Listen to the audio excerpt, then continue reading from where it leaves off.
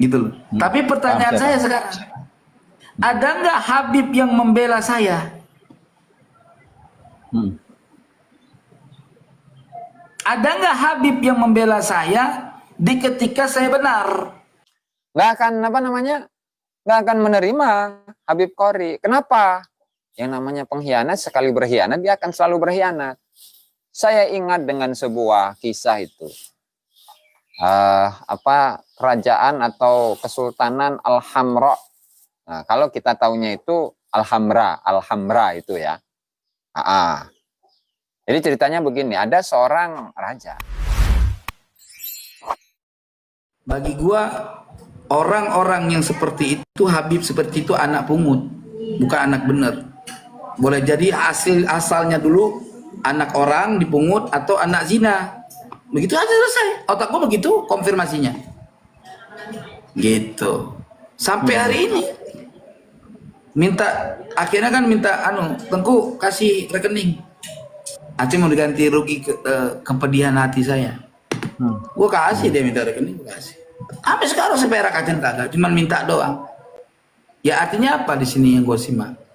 Mereka memang benar, habaib ini sangat meremehkan orang-orang yang bukan Ba'alawi. Di mata mereka kita ini kambing.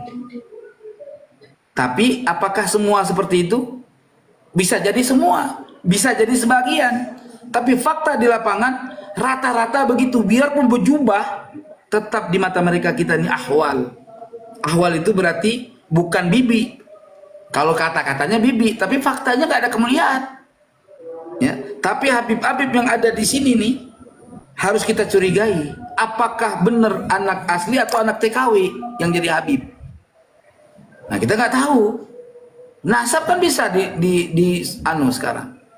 Gitu. Ini kejujuran hati gue ngomong, bukan kebencian. Makanya Habib-habib pakai otak sedikit dengan ilmu yang saya miliki. Iya. Dan saya tidak membela nasab Habib, enggak. Ingat itu. Karena Habib ini bisa palsu. Iya. Bisa anak pungut jadi Habib. Gitu loh. Gitu loh. Tapi pertanyaan saya sekarang, ada nggak Habib yang membela saya? Ada nggak Habib yang membela saya di ketika saya benar? Gitu pertanyaannya. Ada nggak yang rela membela saya di ketika saya berjalan di atas garis kebenaran, ya, lalu ada sesuatu masalah, mereka membela saya sampai mati-matian bahasanya? Nggak juga. Ente pernah nggak datang ke seseorang, marganya Alkaf, kita dari telepon pagi gini, live begini, ente main ke tempat anak, ya kan? Insya Allah anak sambut antum, anak tunggu antum. Yo khair, ayo khair, mancingnya di sono. Oke, datang, bawa mobil datang. Sampai di sana, aneh diusir.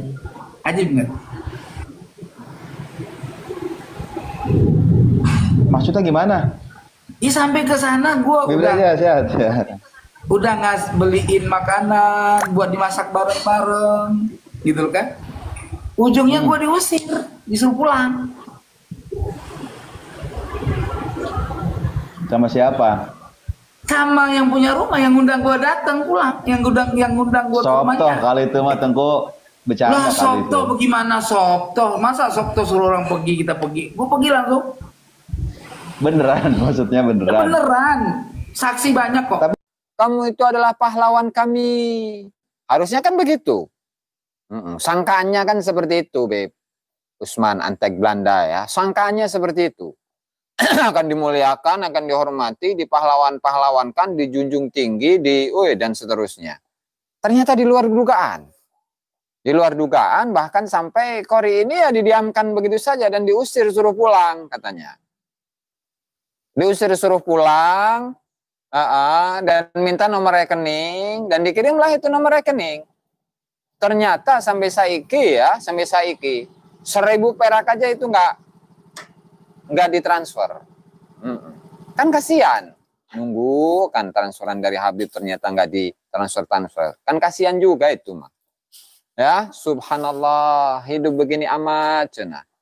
Minta nomor rekening, la ilaha illallah. Siapa tuh yang kemarin kayak yang agak gemuk itu sama dia juga bakal dilepeh. Nah, jadi ke sini di pihaknya Kiai Imad itu tidak akan menerima Habib Qori, juga di pihaknya Habib yang nggak akan nggak akan menerima Habib Qori. Kenapa?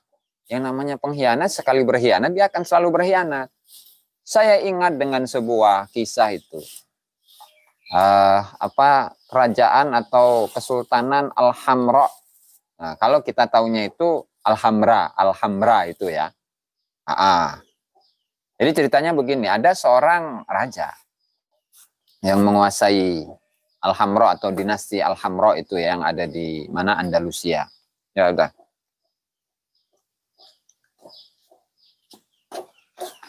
Yang ada di Andalusia. Di sisi lain, itu kelompok dari orang-orang Kristen itu ya. Siapa namanya lupa juga saya mah.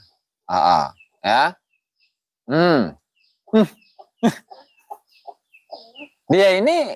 Dia punya anak, si raja ini punya anak.